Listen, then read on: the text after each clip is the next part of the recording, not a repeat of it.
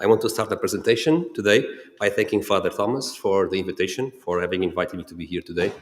I'm thrilled and honored to be here speaking about the miracle of the sun, that formidable event that took place on a Saturday, October 13th, 1917 in Fatima, Portugal. So my background is in electrical engineering. I have no formal training in philosophy or theology, so I must start by acknowledging how much I've learned over the years with the great resources of the Mystic Institute.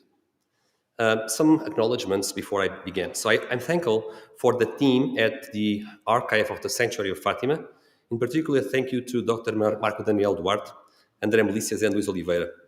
The multi-decade project of publishing a critical edition of the Fatima documentation is what enabled me to do my work. Without that edition, it would be impossible to navigate on the primary sources. I also want to thank Sister Gertrude Ferreira for her valuable help while working at the Formigão archive. And a big thank you also to Father Philippe Daller, a teacher here in Rome at Santa Croce, for sharing with me his scientific findings and insights.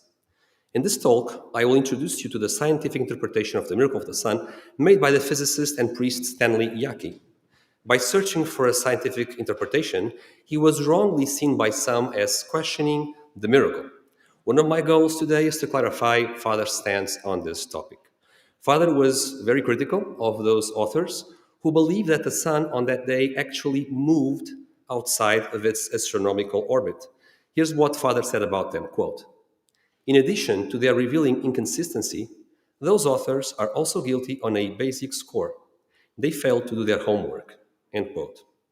What inconsistencies did Father Jaki have in mind? And what kind of homework was he talking about? This talk will answer these and other questions on the miracle of the sun, and I just wish that by the end of this talk, you will all think that I've done my homework.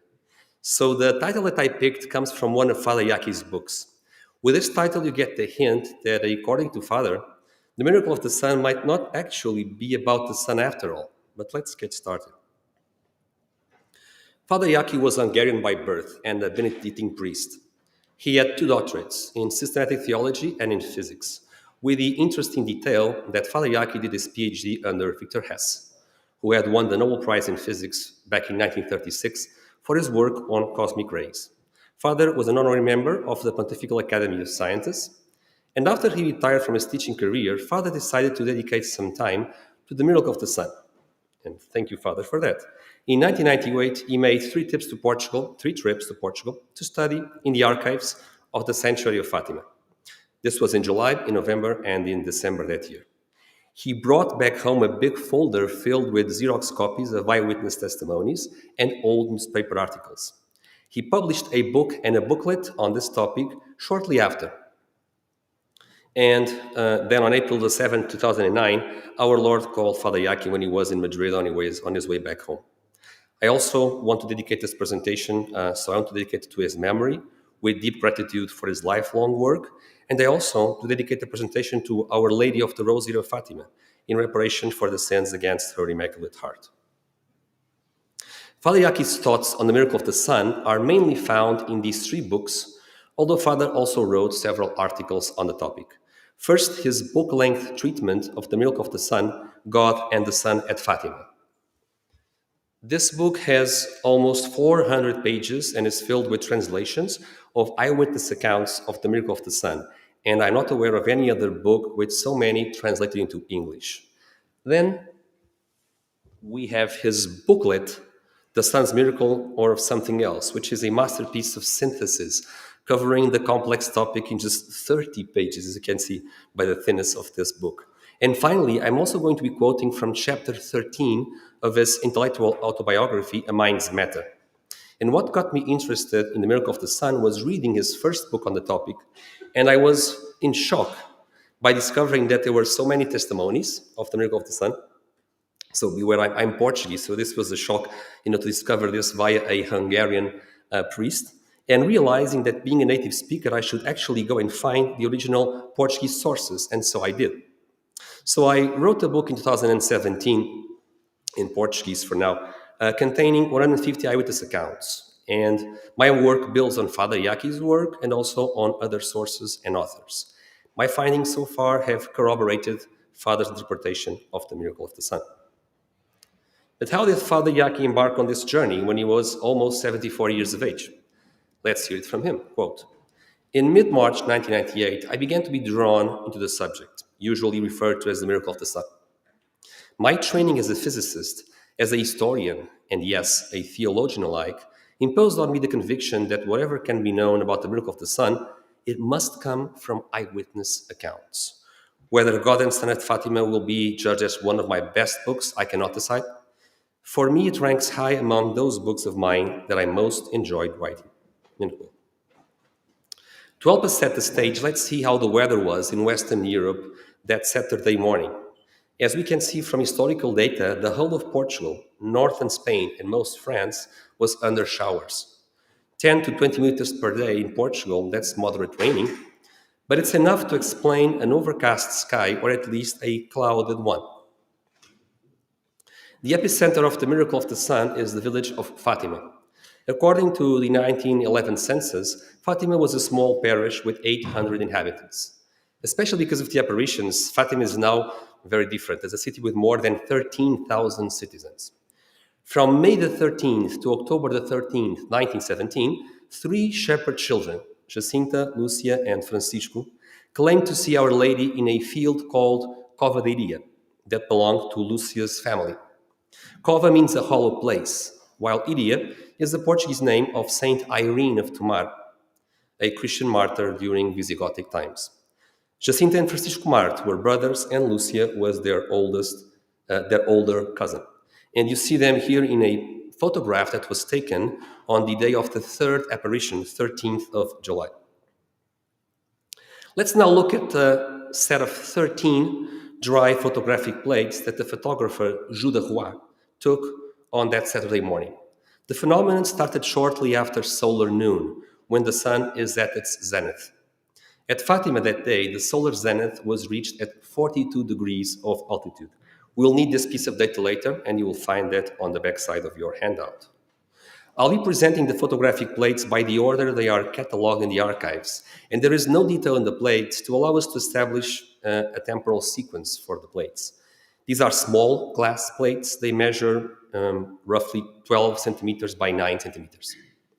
We are looking at plate D107 that shows us a good overall view of the hollow called Covadiria, already filled with a large crowd. Just a note that the projector here is not making justice to these photographic plates, but if you go and look at the live streaming, it will preserve the quality, and these are actually very good photographs in terms of contrast and detail. So who was this photographer, Jules de Roy, that took these 13 plates? He was born in 1892 in Faro, and he went to Lisbon, where he graduated as an engineer. Roy was a last-minute replacement to accompany the journalist of Lindy Almeida on his field trip to Fatima to report on that last day of the apparitions, and more on this Avelino journalist later in this talk. Father Philippe Dallaire wrote a very important scientific article on these 13 photographs. I'll be quoting from his article throughout my talk, and I brought with me a printed copy of his article if you are curious to see the article here. He describes Roy's photo kit as follows, quote, the press camera was cumbersome, with a tripod, vertical adjustment system, dark cape to handle the sensitive glass plates. It took skill and speed to choose a place, mount and focus the camera, calibrate and adjust the viewing angles, calculate exposure time, place and remove the plate in the dark, take the picture all in 1 minute, end quote. These are incredible photographs, if we consider they were taken by an amateur photographer under very challenging conditions. The next plate shows us the same crowd, now with their umbrellas open to protect them from the pouring rain. Here's the key fact: the sky was not clear that morning. In this plate, near the top left edge, we can see at least one automobile. The vehicle is probably near the only road that at the time crossed these fields. A small number of fortunate people managed to travel by car to Fatima, a luxury, while the majority went on foot, and some on barefoot. I couldn't resist showing you a zoom of this little girl's face at the bottom of the plate. Was she curious about Roy's photographic apparatus? That little girl was hardly the only one interested in the photographer, as we can see with these two other curious gentlemen on the right side of the plate. And although several other people were looking back, as one can see by zooming in, it's also true that many were gazing at the skies. And here we have a few other curious ones on the bottom of this plate, bottom right of this plate, looking back to Roi at close distance. The somewhat relaxed atmosphere allows us to speculate that perhaps the phenomenon was yet to start, or else no one would be paying any attention to the photographer. Hua had to deal with a low light environment throughout the phenomenon. This plate is the best one to illustrate how difficult it was for him to get a good dynamic range, as we see that the lower half of the plate is just too dark. It also shows a large crowd, and this is just a narrow part of it, just a narrow angle of a full circle field filled with people.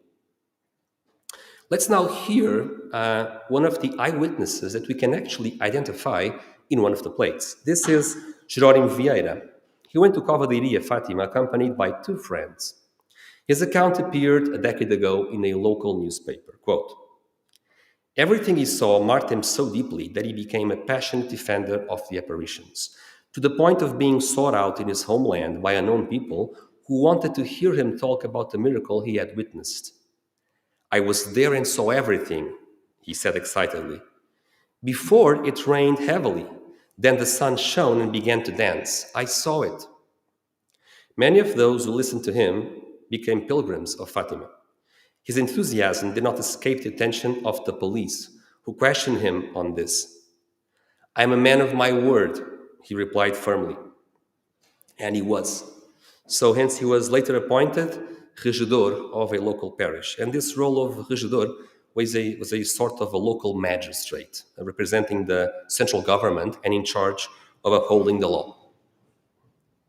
Here we can see that many are now kneeling and praying. One can only deduce that the phenomenon has started at the stage and perhaps has reached its dramatic climax. For this plate, let's follow Father Jaki. Quote, "Hua was obviously equipped with a good camera. He memorably captured the facial expressions of the crowd as they looked toward the sky in rapt admiration of the miracle taking place under their very eyes. But the wide swaths of the sky as they appeared on Hua's photos are uniformly light gray. No trace there of clouds rushing through the sky, let alone of a whirling wheel of fire which the sun appeared to be. All this is a question about the ability of good cameras of those days to record fast-moving atmospheric phenomena." End quote. And this is a great plate. It's a well-known plate with impressive contrast, considering the low ambient light. Says Father Dallaire on his article, quote, "Hua seems to have compensated for this low light by a longer exposure and a wider aperture, giving a background blurred effect," which you can see on the top of the plate, by reducing the depth of the field to a few meters. End quote. Plate D116 is damaged with some missing parts of the glass plate. That's why it has this strange shape. Still, it's a great plate to see the muddy terrain on the bottom, where many were standing barefoot. In this plate, one can see the wooden portico at the top center. So you see the portico against the sky background, marking the spot where the seers were located.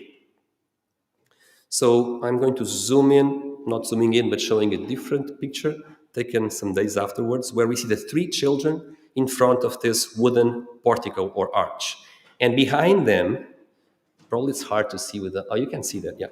Behind them, there is what's left of the home oak on top of which they saw Our Lady. And this, of course, is because pilgrims would take away leaves and branches with them as a souvenir. And this picture was taken the week after the miracle of the sun. And so by then, nothing much was left of the home oak. Father Dallaire, quote, "The apparitions were marked by a rustic arch, criminally destroyed on October 22nd, 1917. A chapel replaced it in 1919, criminally blown up in March 6th, 1922. End quote. So these are tough times, as we can see, to be a Christian. The chapel of the apparitions that you visit today is located on this very same spot. Here's another impressive plate, clearly taken when the phenomenon was still underway. Father Dallaire, quote, In contrast, most witnesses were amazed that the distinct sun could be fixed without effort or danger, except for 2 or 3 moments where one had to look away or protect oneself with a hand. So you can see some of the examples of people protecting themselves briefly with their hand. On this last plate, one sees the youngest seer, Jacinta, being carried by an unnamed man that some conjecture to be a bus driver. Perhaps the most spectacular scientific finding yet to date regarding the miracle of the sun is Father Daller's analysis of these 13 photoplates and his computation based on shadow analysis that the main light source, that here he names LSA, had an elevation of only 28 degrees. So from the horizon up, 28 degrees. If we consider that around solar noon that day, the sun had an elevation of 42 degrees, we get a difference of 14 degrees. This means that the main light source was 14 degrees lower than the actual sun. And Father Dallaire also estimates error margins to be around 1 order of magnitude below the computed elevation difference. So this is not something coming from error. By evidently excluding that the sun itself could be lower than it should be on that October morning, because that wasn't seen by any observatory, we have here a confirmation that the main light source illuminating the scene captured in this plate was not the sun, but something else. Let's now turn to the eyewitnesses. Father Jaki, quote, "Any reasoned account of the miracle of the sun depends on making available the written record of what eyewitnesses have stated," end quote. Throughout his published work on this topic, the one thing that got Father Jaki really annoyed, was disregard for eyewitness accounts. That's what he meant when he wrote that many authors didn't do their homework. And for that reason, they were faced with multiple inconsistencies just because of their bad data. So let's now give voice to the eyewitnesses. Only by listening to them carefully can we suggest reasonable explanations. In the interest of time, I've made a small selection of excerpts for this presentation, but I'll also show you the statistical data that I've compiled based on all the accounts that I've gathered in my book. This is one of the most valuable of all eyewitnesses, a lady called Maria Campos.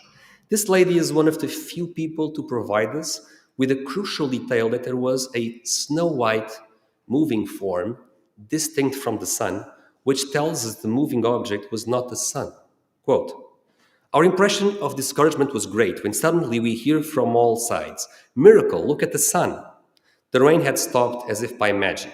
The hats were closed. A heat was felt as if we were entering a heated greenhouse. And the sun's disk began to be clearly seen in the brownish layer that covered the whole sky. The heat increased, and the sun seemed to go down more and more, presenting new and varied changes. We saw it as a silver veil, with a rounded shape, as if it were the full moon. Shortly thereafter, it changed to bright purple, then to the red, then to the emerald green, and finally took on its primitive color. Screams were heard from all sides when it stood out from the sun, as if it were a snow-white form, shiny, without hurting the retina, coming towards us, returning to the sun again, and finally hiding the third time between the clouds." End quote. Our next eyewitness is José Maria de Almeida Garrett, a lawyer.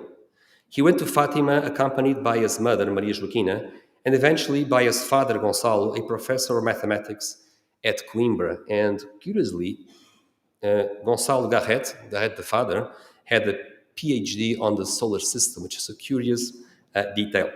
I say that his father eventually accompanied him because the extant documentation doesn't allow us to establish with certainty whether Garrett, the father, was an eyewitness at Fatima or not. Still, his son, José Maria, that we see here in the picture, wrote a detailed and important account of what he saw. This is a well-known account, and it's quite a long account, so I'm just going to show you some excerpts. And this account has been in English for several days now, translated, and it contains a critical piece of data regarding the interaction between the light from the sun and moving cirrus clouds. Quote, "The celestial dome was misted with light cirrus, with cracks of blue here and there, but the sun sometimes stood out in streaks of clear sky. The clouds that ran lightly from west to the east did not obscure the light, which did not hurt, from the sun, giving the easily understandable and explainable impression of passing behind the sun. But sometimes those flakes that came white seemed to take on, gliding before the sun, a diaphanous pink or blue tint. End quote. The crucial detail here is his impression of clouds passing behind the sun, which shows that people were not actually seeing the sun, but some virtual image of it. His account was sent by his mother, Maria Joaquina, to Canon Formigão, the well-known defender of the Fatima apparitions. Here's how she introduces her son's account to Father Formigão. Quote, "Your Excellency, only today," this was 2 months after the miracle of the sun, "only today did my lazy son give me the report I had asked him to write about what he saw at Fatima. He missed something that he accidentally left out of his writing, that he saw 3 times the rotation of the sun." End quote. Another interesting detail from this lady is found in an earlier letter that Maria Joaquina wrote to Canon Formigão, and this letter was on October the 14th, the day after the miracle of the sun. Quote, "Does your Excellency know that here at Granja there are people that saw the movement of the sun's rotation and the pink cloud passing in front of the sun?" End quote. And Granja is a beach near Porto, and we are talking about a distance of 200 kilometers north-west of Fatima. I now want to show you my own attempt at a sort of a synopsis of the accounts compiled in my book, including some additional accounts that Father Jaki was not aware of or he didn't include in his books on the topic. A careful comparison of these accounts makes it clear that the phenomenon had 3 distinct phases. And you can see a definition of them in your handout. So I wanted to put the definition in the handout because I'm going to be talking about phase 2, phase 3, and so the handout might be useful. So, rainy morning, overcast sky, fully covered sun, mud flat in covered area. This is how it started. Shortly after solar noon, the rain stops suddenly. 3 times a smoke column, white smoke column, rises near the children, but nothing is burning there. People compare it to a cloud of incense, but there is nothing burning there. Lucia tells the crowd to close their umbrellas and look at the sun. Phase 1 starts. The sun becomes clearly visible and clearly shaped, but the sky is not clear. It's possible to look at the sun without injuring the eyes or damaging the retina. Then we have phase 2. The sun's outline seems to rotate on itself, sparkling. It emits multiple colors that affect people's faces and clothing, and even the landscape. Then we have phase 3, the climax. A sort of disk seems to detach itself from the sun, increases in size, and moves down and up a few times. People react with intense fear, and you can imagine why. The air was warm, and wet clothes were drying just too quickly for that time of the year. After around 10 minutes, the sun returns to its normal state, and it's no longer possible to look at it. By looking at the pictures, we can attest both the heavy rain, but also the sudden drying of the clothes. This is figure 4 from Father Daller's article, with this detail of a boy kneeling on the muddy ground. And it's a crop from plate D115 we saw earlier. And Father Daller points out that we can clearly see the boy's pants soaked from the rain, that's region S, above the red line that I have put there for clarity. So above the red line, we have the soaked area of his pants. And below the red line, we see a clear change in color that shows the boy's pants were mostly dried from that point down, regions marked D, except for a small wet patch, region W. Father Daller, quote, "The 5 inches of the upper part of his pants are soaked, explainable by his jacket's recent undoing, probably because of the heat radiated by light source LSA, while the areas exposed to LSA for a few moments are dry. The strong contrast between the wet and dry areas invalidate the unfounded assertions of the absence of substantial rain closely preceding the event. This also confirms the eyewitness accounts of fast evaporation in October by a heating source." End quote. This graph summarizes my findings on how the eyewitnesses describe the phenomenon and its parts. My sample contains 150 accounts out of a universe that is estimated within 30 to 50,000 eyewitnesses. So yes, we only have a small number of accounts compared to the estimated number of eyewitnesses on site, but the accounts are quite diverse, gathered from people of all ages, social backgrounds, and literacy levels. 79% of the accounts mention one of the three phases, one or more of the phases. 27% of the accounts mention all three of them. Still, 19% of the accounts are so poor on details that we can't distinguish the phases in them. It's worth noting that I found two accounts by Catholic ladies that didn't see, to their great sorrow, what everyone else was seeing. I've marked these difficult accounts with the label saw nothing in this chart. And I also found two other accounts that don't fit the synopsis because they somehow downplay what was seen and seem to be denying, although ambiguously, what everyone else saw. I've marked them with a different label, ambiguous saw nothing. Although difficult to explain, these four exceptions cannot overrule the concordance of all the other majority accounts. 29% of them tells us that the sun didn't hurt the eyes and was easy to see. Some accounts even use the word retina. 13% mention the heat and the quick drying of the wet clothes. And finally, 8% mention the interesting smoke column phenomenon. Motivated by Professor Bonavac's presentation yesterday, I'm curious to see how we could apply Bayes' theorem to these numbers. Even if we consider only the accounts that mention all three phases, we have 41 independent eyewitnesses accounts that detail the three phases. This makes for a very strong case when compared with other miracle accounts. Now, having summarized what was seen, let's now consider possible explanations. Let's first consider the natural explanation of fraud. And by fraud, I mean the idea that people were lying about what they saw. The main objection to this fraud explanation is the presence of skeptical eyewitnesses, like the journalist Evelyn de Almeida. So he went together with the photographer Jules de Roy.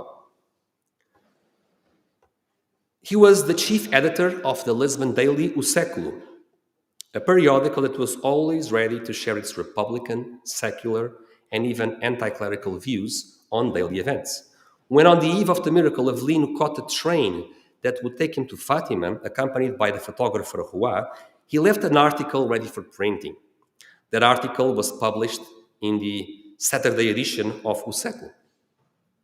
Let's hear some excerpts of this article written before his departure to Fatima, while he was still a skeptical. Quote, "Let devout hearts not be saddened or disturbed, candid and faithful souls not troubled or alarmed. Far be it from us to scandalize those who sincerely believe and whom the marvelous still today attracts, seduces, enchants, consoles, and strengthens, as it did in the past, 1,000 years ago, and it will certainly happen in another 1,000 years. It will always be considered in opposite ways. By some, as a warning and grace from heaven. By others, as a sign and proof that the superstitious and fanatical spirit has deep and costly roots, if not impossible to root out. Times of great trials never stopped favoring, stimulating the rejuvenation of religious ideas. And war, World War I was underway, of course. War is one of the most propitious and fruitful environments for their expansion, end quote. So we can clearly agree we see here the skeptic man's irony coming out of his pen, right? So after having seen the phenomenon, here's now what Avelino writes some days later, quote, when I no longer imagined that I would see anything more impressive than this noisy but peaceful crowd, what did I see as truly strange on the heath of Fatima? The rain stopping at the pre-announced time, the dense massive clouds breaking and the starking matte silver disk in full zenith, appearing and starting dancing in a violent and convulsed ballet, which a large number of people imagined to be a serpentine dance, so beautiful in bright colors, successfully coated the solar surface. Miracle, as the people shouted, natural phenomenon, as they say. I don't pretend to know it, but just to affirm what I saw. The rest is with science and the church, end quote. So Evelyn was so impressed by what he saw that day that on the very same day, he stopped by at the postal office at Orem, and he wrote a postcard to his sister Augusta.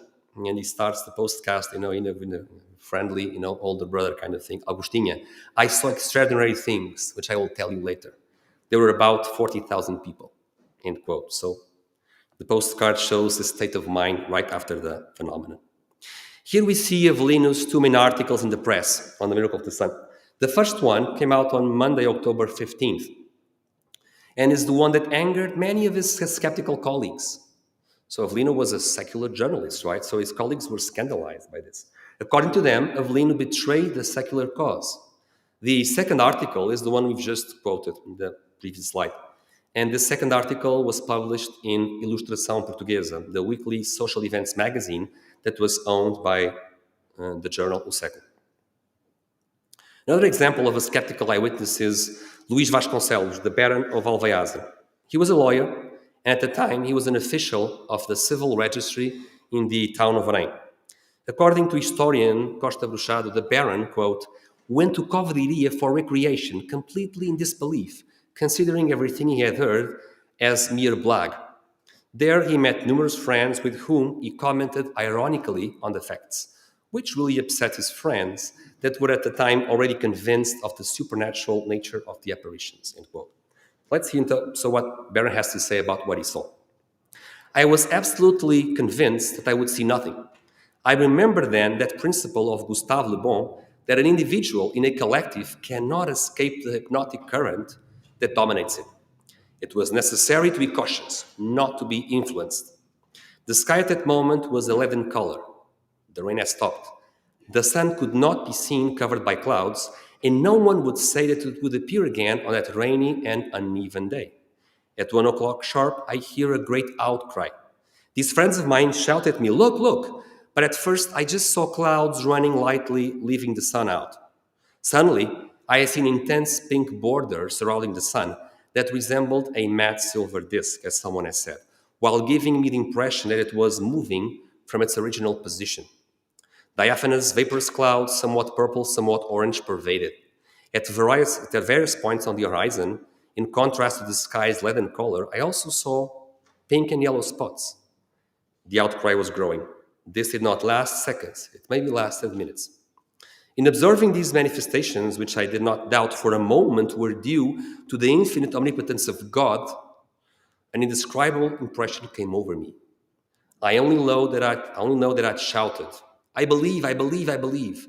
And tears fell from my eyes in wonder, ecstasy at this manifestation of divine power. End quote. Let's go to the second possible explanation, or natural explanation, sometimes called mass hallucination. So here it goes. The crowd at Fatima, they wanted so much to see the miracle that they hallucinated together, believing they were seeing something real. Psychologists do study the phenomena of hallucination, but on an individual level.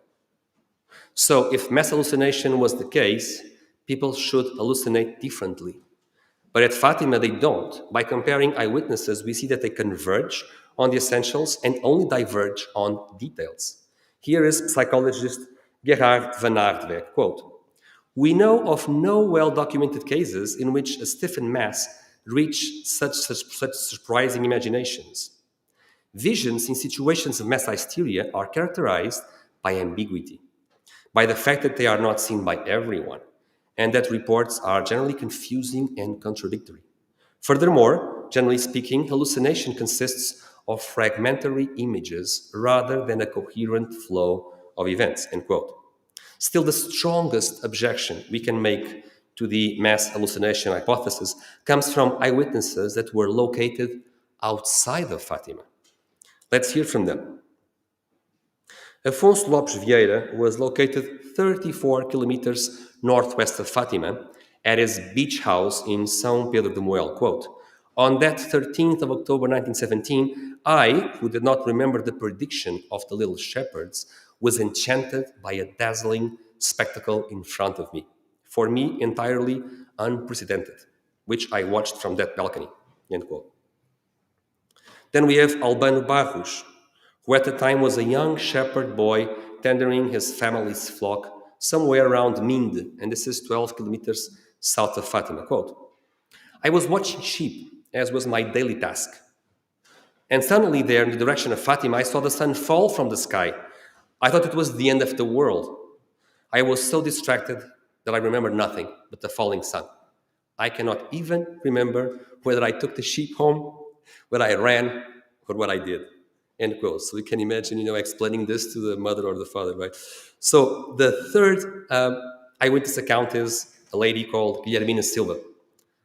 She lived in Leiria, city of Leiria, 16 kilometers northwest of Fatima. Quote, but I couldn't go because my husband was an unbeliever. I was looking toward the mountain at noon when suddenly I saw a great red flash in the sky. End quote. The next one is Inácio Pereira, a boy from the village of Alburitel, 13 kilometers northeast of Fatima. He left two long testimonies in English because he lived in India, so he was using the local language. Let's hear excerpts from the first one, given in 1931. Quote, I was only 9 years old at the time and attended the first school of letters in my village. It was about noon when we were startled by the shouts and exclamations of some men and women who passed the street in front of our school. The people cried and screamed, pointing to the sun. It was the great miracle which was seen distinctly from the top of the mountain where my land is located. I was staring at the sun, and it looked pale, and it didn't blind the eyes. It was like a snow globe rotating on itself. Then suddenly, it looked like it was zigzagging, threatening to fall on the ground. Terrified, I ran to get in the middle of the people. Everyone wept, waiting at any moment for the end of the world. Next to us was an unbeliever without religion who had spent the morning making fun of the simpletons who were doing all that walking to Fatima to go and see a girl. I looked at him. He was paralyzed, astonished, with his eyes fixed on the sun. Then I saw him tremble from head to toe, and raising his hands to the sky, so this is the unbeliever, he fell on his knees in the mud, shouting, Our Lady, Our Lady. Meanwhile, people continued to scream and cry, asking God for forgiveness of their own sins. Then we ran to the two chapels in the village, which in a few moments were filled. During these long minutes of the solar phenomenon, the objects around us reflected all the colors of the rainbow. Looking at each other, one looked blue, another yellow, another red, etc. All these strange phenomena increased the terror of the people. After about 10 minutes, the sun returned to its place, just as it had descended, still pale and without splendor. When the people were convinced that the danger was gone, there was an explosion of joy. Everyone broke into a chorus of thanksgiving. Miracle, miracle, blessed be Our Lady. Besides refuting the mass hallucination hypothesis by being outside of Fatima, the accounts that we've just heard provide us with a valuable piece of data. As Father Aller describes in figure 8 of his article, eyewitnesses outside of Fatima at some point were looking towards Fatima as the epicenter of their attention, and not always southwards towards the sun. Here we have a clear evidence that they weren't always looking at the sun all the time, or else they'll be looking southwards. Let's now consider another common category of explanations, illusions called by sun gazing. The main proposer of this type of explanation is Auguste Missen, with his 2003 article. In this short excerpt, we see that Missen distinguishes retinopathies caused by dangerous exposure of the retina to solar radiation from after images. These are illusions produced at the retinal level. And then from after effects, and this third case results from the neural processing in the brain. But although Missen is confident in these explanations, they don't match with the accounts we have. As we have seen, observers outside of Fatima were looking towards Fatima and not always towards the sun. So that alone makes it difficult to use sun-gazing causes. Still, we might want to apply these explanations to what was seen by the crowd at Fatima. At this stage, because of the highly technical nature of the topic, I recommend Father Aller's article for a detailed and thorough refutation of Missen's theories. But Father Aller points out that our lawyer, José Almeida Garret, did a quick, decisive test on site. He did a test both during the miracle of the sun and a test some days later. Quote, he turned his back on the sun without any blinded sunspot following his gaze. Yet a few days later, a short look at the sun did not produce a purple uniform color, but spots and specks that moved with the movement of the gaze. These localized spots were very different from what he saw in Fatima. And so his testimony formally contradicts the hypothesis of solar phosphenes, end quote. The next and final category is weather phenomena. This category seems to be the most promising one to explain what was seen at Fatima. And Father Jaki himself, as we will see, prefers this type of explanation. But, and this is crucial, he is not suggesting that what happened was a well-known or a naturally occurring phenomenon. Weather phenomena can be quite complex. It's really hard to find the right combination of factors that could explain what was seen, the delicate sequence of phases 1, 2, and 3. Let's first consider iridescent clouds, of which you can see an example on the left image. In this case, what is called a Peleus cloud. I'm now quoting from the website Atmospheric Optics, quote, "What makes Peleus clouds truly remarkable is their ability to diffract sunlight at high altitudes, creating a breathtaking display of iridescence. The droplets within Peleus clouds are all of similar size and do not have time to evolve, making them ideal for diffracting sunlight into vibrant colors. However, this iridescence is short-lived, often lasting only 1 or 2 minutes. Therefore, witnessing this phenomenon is truly a stroke of luck," end quote. This phenomenon is different from what was seen at Fatima during phase 2 for at least 2 reasons. 1, the rainbow colors at Fatima were seen around the solar disk, and 2, at Fatima the colors were rotating fast.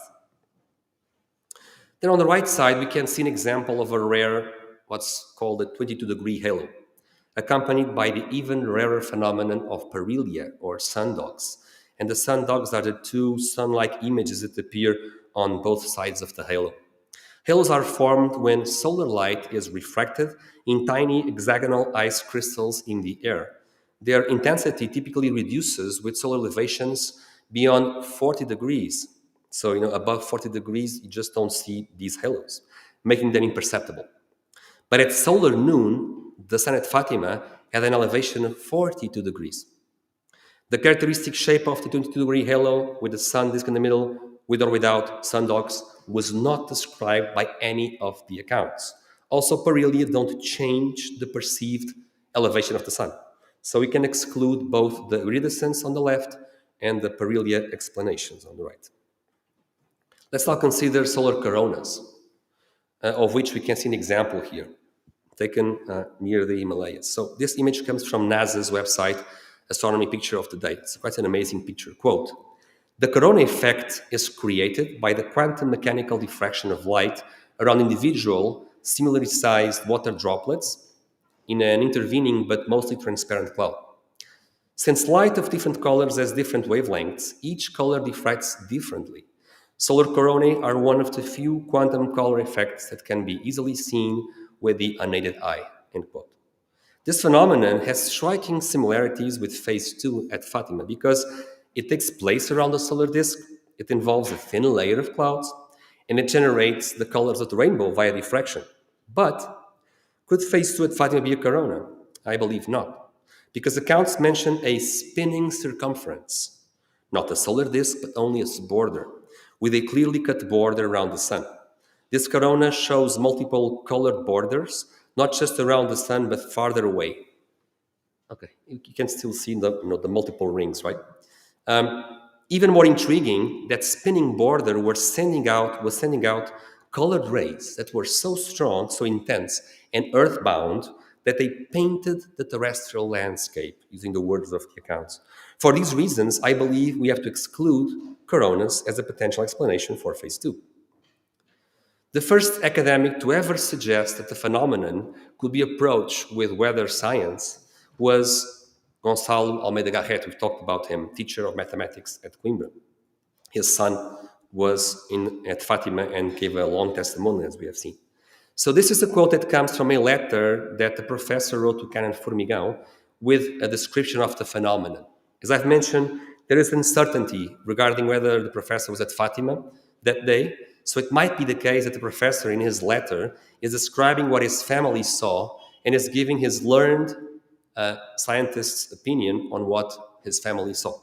Quote, "Responding to your excellency, I will say that I do not consider the phenomena seen and observed in the sun as astronomical of the sun itself, but rather meteorological of the atmosphere of the earth on the solar image, as to the color and appearance of brightness, phase one, where the sun looked like the moon, and also regarding the view of rotation, which is the subsequent phases. So this testimony was written less than 2 months after the miracle of the sun.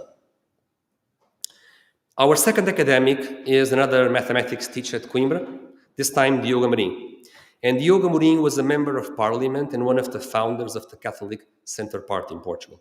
Let's read a short excerpt from his very important article, published in 1960, a long article that contains a lot of eyewitness accounts. Quote, so this is the conclusion that he arrives at after looking at the eyewitness accounts. Of course, it was neither the sun, nor the earth, nor one of the other simultaneously that moved, because if that had happened, the machine of the world would have been dismantled. The movements were apparent, but to make them sensitive, something real should have happened. As for translational movements towards the earth, they can be explained by appropriate variations in the apparent diameter. The air lenses mentioned by the great American astronomer Donald Menzel, professor of astrophysics at Harvard University, would serve in extremely exceptional cases to explain these variations in the apparent diameter of the sun and possibly to explain the color variation. With the appropriate air lenses, its image generated by such lenses could appear inside of the sun, which could explain the translational movements, both slow and fast. Let's finally hear from Father Jaki, Father Jaki's conjecture regarding the miracle of the sun. Quote, it began at about 12:45 p.m. solar time, after the rain suddenly stopped and lasted about 10 to 15 minutes. During all that time, the sun, that had not been seen for hours, appeared through thin clouds, which one careful observer described as cirrus clouds. That's our lawyer, José Almeida. Suddenly, the sun's image turned into a wheel of fire, which for the people there resembled a roda de fogo, familiar to them in the fireworks. So this corresponds to phase two. The physical core of that wheel was, as we now have to conjecture, an air lens full of ice crystals, as cirrus clouds are. Such crystals can readily refract the sun's rays into various colors of the rainbow. The reference to the strong west-east wind and to the continued drift of clouds may account for the interplay of two streams of air that could give a twist, in a way analogous to the formation of tornadoes, to put that lens-shaped air mass into rotation. Note that up until now, Father is commenting on what I've called phase two. So the sun is still, spinning, but in the same place. Phase three, as we will see, will require the ascending and descending movement of this conjectured air lens full of ice crystals. Let's continue with Father Jaki's quote. Since many present there suddenly felt a marked increase in temperature, so see how this relates to the drying of the clothes, it's clear that a sudden temperature inversion must have taken place. The cold and warm air masses could conceivably propel that rotating air lens into an elliptical orbit, first towards the Earth, and then push it up as if it were a boomerang back to its original position. So this would be phase three of the phenomenon. Meanwhile, the ice crystals in it acted as so many means of refraction for the sun's rays. Some eyewitnesses claim that the wheel of fire descended and reascended 3 times. According to others, this happened twice. Only one observer, a lawyer, and this is our Baron, stated that the path of descent and ascent was elliptical, with small circles superimposed on it. Such an observation would make eminent sense to anyone familiar with fluid dynamics or even with the workings of a boomerang. So now we have here Father's conjecture about phase 3. This air lens is already in rotation from phase 2, and it's now propelled downwards and upwards by a vertical gush of air. That could be explained by what Father Jaki calls the temperature inversion, but I probably think we could designate this as a heat burst. And a heat burst is a rare atmospheric phenomenon that suddenly increases the air temperature at the Earth's surface. Heat bursts are similar to downbursts, but warm instead of cold. It's the combination of the rotational movement with this new translational movement that Father compares with the workings of a boomerang. Father Jaki, there is indeed plenty of scientific information on hand to approach the miracle of the sun scientifically. This is, however, not to suggest that one could reproduce the event, say, in a wind tunnel. The carefully coordinated interplay of so many physical factors would by itself be a miracle. Clearly, the miracle of the sun was not a mere meteorological phenomenon, however rare. Otherwise, it would have been observed before and after, regardless of the presence of devout crowds or not. I merely claim, which I did in my other writings on miracles, that in producing miracles, God often makes use of a natural substratum by greatly enhancing its physical components and their interactions. End quote. So clearly, the methodological line of investigation that Father Jaki is proposing is superior in terms of divine economy, while also establishing a firm ground for a real observed miracle. So we are in the last closing slides of the presentation. If I could only show a slide, it would be this one. So let's keep in mind that this phenomenon was predicted 3 months in advance by an illiterate shepherd girl that was 10 years at the time. She got the date, the time, and the epicenter correctly. When she was interrogated by the local parish priest the day after the third apparition, this is what she said, quote, "I knelt again and asked her, 'What do you want from me?' 'I want to tell you to come back here on the 13th. And she said more, 'Pray the rosary to Our Lady of Fatima, of the Rosary, so that she will slow down the war because only she can help it. I have hereby request if you can convert a woman from Pedrógão and one from Fatima, and if a boy from Motta can get better.' She said she would convert and improve them within a year. I said, 'Make a miracle so that everyone will believe. 3 months from now, I will make everyone believe.'" But where are the details about the miracle? Just a sign, without any details. So there's another account that comes with details. This is a lady called Maria Pereira. This lady was, in the miracle of the sun, she was near Lucia and her mother. And look at the detail here. She hears this very important sentence said by Lucia, the child. Leaning over to the mother, who was nearby, but without turning to the people, she said louder, "Our Lady says, look at the sun, as she wants to manifest herself in the stars." Another interesting detail that comes from Mother Fonseca, she was a well-known expert in archivists on Fatima, and she also was an eyewitness in Alburitel. And she has this very important account where she mentions that people were already expecting the miracle to take place in the stars, to the point that some people of her village came prepared with rudimentary protection measures, darkened pieces of glass, to be able to stare at the skies and at the sun. So the final verdict, final question, was the phenomenon a miracle or not? Father Jaki. The miraculous character of this air lens must be looked for in the formation that was created over the Covadiria, and in the prediction of the moment made by Lucia months before, as well in the fact that the air lens, being so fragile, maintained its form for about 15 minutes after describing 2 or 3 elliptical paths in the direction of the Earth. The explanation of the event through an air lens satisfactorily accounts for a complex set of events that are miraculous in the sense that they are unpredictable and very rare. The idea of an air lens is not offered as an explanation of the miracle of the sun. It's merely offered as a physical phenomenon within which the miracle of the sun does not present logical contradictions and unnecessary scientific difficulties. And the last slide is a question I want to pose as a counterfactual. Was this bound to happen or not without Lucius asking for it? If the answer is no, the event was not bound to happen, then it was a miracle. And its prediction also required a supernatural explanation. And both the prediction and the phenomenon attest to the truth of the message of Fatima. If instead the answer is yes, the phenomenon was bound to happen anyway, then we would say that the phenomenon itself, although vanishingly improbable, was not a miracle. Even in this case, because of the need of a supernatural explanation for the prediction, the combined prediction plus phenomenon is enough to attest the message of Fatima. In my talks with Father Dallaire, I became aware even more of the enormous difficulties surrounding any attempt to explain what was seen at Fatima using weather science. Still, I think we should continue to investigate the phenomenon from this angle, making use of the latest weather simulators to get closer more and more to the accounts.